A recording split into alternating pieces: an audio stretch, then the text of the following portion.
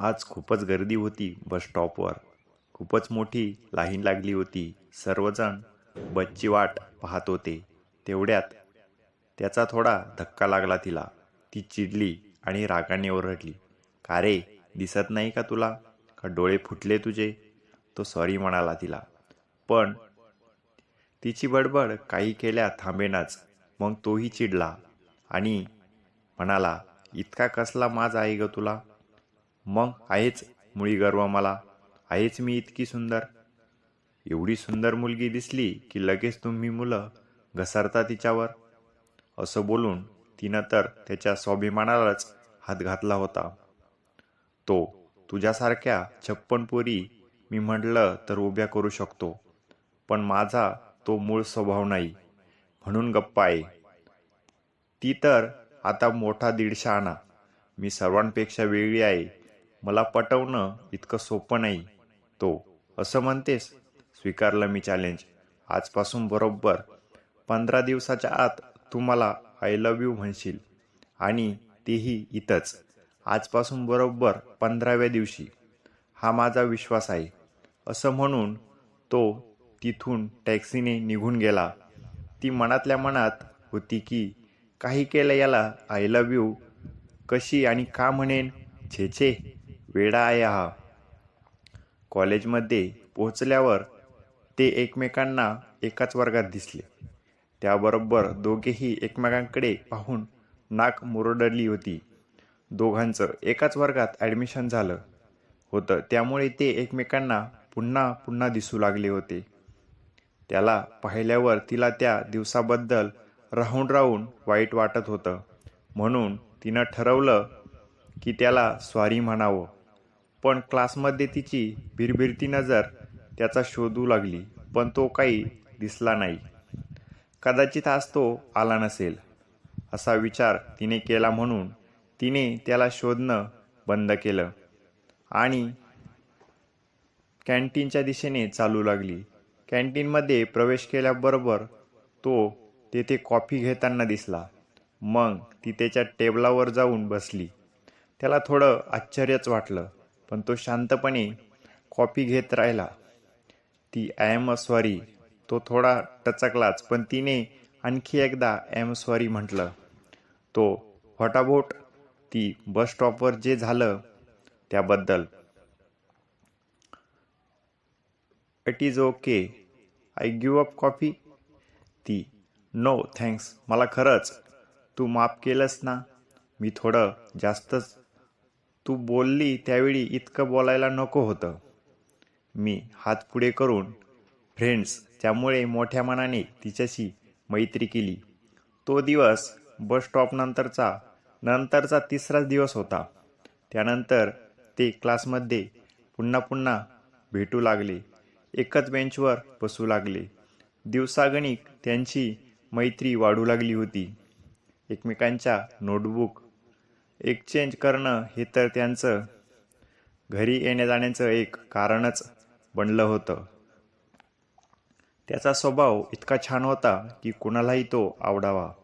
समोरच्याला समजून घेऊन त्याच्याशी वागणं, त्याला मदत करणं, अडचणीच्या वेळी योग्य तो सपोर्ट करणं, हा त्याचा स्वभावच होता. दिसायलाही तो बरा होता. त्या दोघांना भेटून 1 आठवडाच झाला होता की एकमेकांना ते खूपच आवडू लागले होते. दिवसानंतर दिवस गेले. आज त्याच्या पहिल्या भेटीनंतरचा 14व्या दिवसाची रात्र आहे. ती गच्चीवर चांदण्याकडे बघत एकटीच बसली होती. ती मनातच म्हणत होती की कधी कळणार रे तुला माझ्या भावना. ती रात्रीची चांदणी त्या चंद्राला काय म्हणते ते ऐकाना. माझ्या मनातल्या भावना तुला का कळेनात. रात्रभर असेच विचार राहून राहून तिला सतावत होते.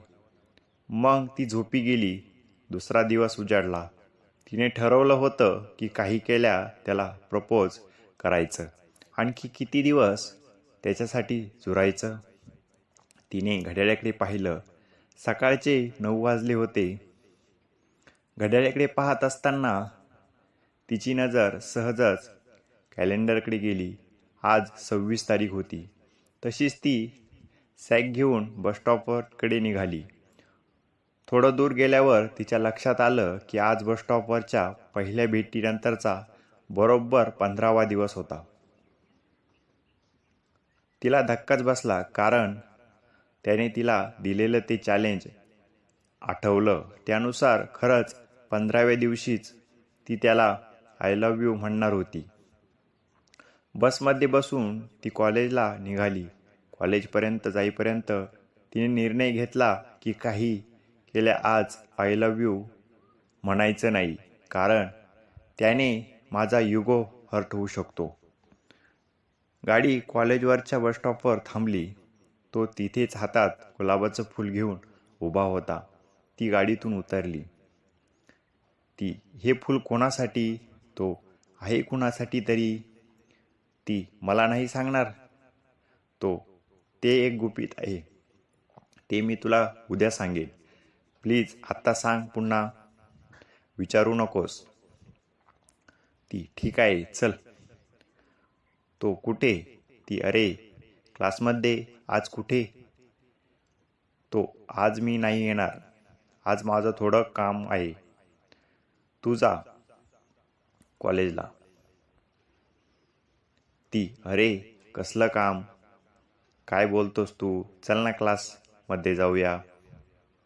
तो अगं प्लीज मला इन्स्टंट नको करू. तू जा. ती अरे पण. तो जा म्हटलं ना. ती जाते. चिडतो कशाला एवढा? असं म्हणून ती वर्गात गेली. वर्गात तिचं मन लागत नव्हतं. तिला कळून चुकलं होतं की तो फूल माझ्यासाठीच घेऊन उभा होता. ह्या आशेवर मी ते फूल माझ्या हाताने हक्काने घेऊन त्याच्याकडून आणि त्याला आय लव्ह यू म्हणेल. तसं करावं असं खूप वाटत होतं, पण तिला राहून तिचा युगो आड येत होता आणि ते दिलेलं चॅलेंज तिला सारखं आठवत होतं. क्लास सुटला. ती कॉलेजच्या बसस्टॉपकडे वळाली. तो तेथेच उभा होता. त्याच्या हातातलं ते फूल सुकलं होतं, पण तो अजून तसाच हसतमुखत वाटत होता. तुला वाटत होतं की तो तेथून गेला असेल, पण त्याला स्टॉपवर बघून ती स्तब्ध झाली. दोघांनी एकमेकांकडे पाहिलं. तेवढ्यात बस आली. तो गोंधळात होता की तिला काही सुचत नव्हते. बस स्टॉप आल्यावर ती बसमध्ये जाऊन बसली. राहून खिडकीतून ती त्याला आणि तो तिला पाहत होता. घरात पोचल्यावर ती खोल विचारात गेली होती. वारंवार त्याने विचार करा. त्याचा चेहरा तिच्या मनामध्ये रेंगाळत होता. अशातच रात्र झाली. खरंच हा इतकं प्रेम माझ्यावर करतो? का करतो माझ्यावर प्रेम इतकं? अशा काही अनुवृत्तीत प्रश्नविचारात ती झोपी गेली. आज एक नवीन दिवस उजाडला. ती आज लवकर उठली होती, कारण आज तो दिवस उजाडला होता. त्या दिवसाची ती खूपच आतुरतेने वाट पाहत होती. सकाळची आंघोळ आवरून ती आरशासमोर आली. आरशात बघून स्वतःशीच म्हणाली, किती वेडेपणाने प्रेम करतोस रे तू माझ्यावर. खूपच त्रास दिला ना मी तुला. प्लीज माफ कर मला. मनातल्या मनात ती थोडी खुश होती, कारण तो चॅलेंज हरला होता. किती गर्वाने बोलला होता तो मला, असं ती विचार करत होती. तिने आज ठरवलं की आज माझ्या मनातल्या सर्व भावना मी त्याला सांगणार. तो मला किती आवडतो सगळं मी त्याला सांगेन. ती खूपच आतुरतेने 9 वाजण्याची वाट पाहत होती. 9 वाजताच ती लगबगीने कॉलेजकडे निघाली. आज आनंदाने एक वेगळीच स्मृती तिच्यात आली होती. एक वेगळंच हसू तिच्या ओठांची शोभा वाढवत होती. बसस्टॉप येण्याची खूपच आधीरतेने वाट पाहत होती. तिने तिच्यासाठी एक गुलाबाचं फूल घेतलं होतं. तिने आय लव्ह यू म्हणण्याची प्रॅक्टिसही केली होती. जसं बसस्टॉप जवळ येऊ लागलं होतं तसं तिच्या हृदयाची धडधड वाढत होती. मघाची अधीरता आता भीतीमध्ये रूपांतरित झाली होती. कॉलेजचा बसस्टॉप आला. बसमधून उतरली तशीच तेथे जाऊन ती गुलाबाचं फूल घेऊन उभी राहिली. तेथे काल तो उभा होता. एक अनामिक भीतीने तिच्या येण्याची वाट बघू लागली. थोड्या वेळाने तो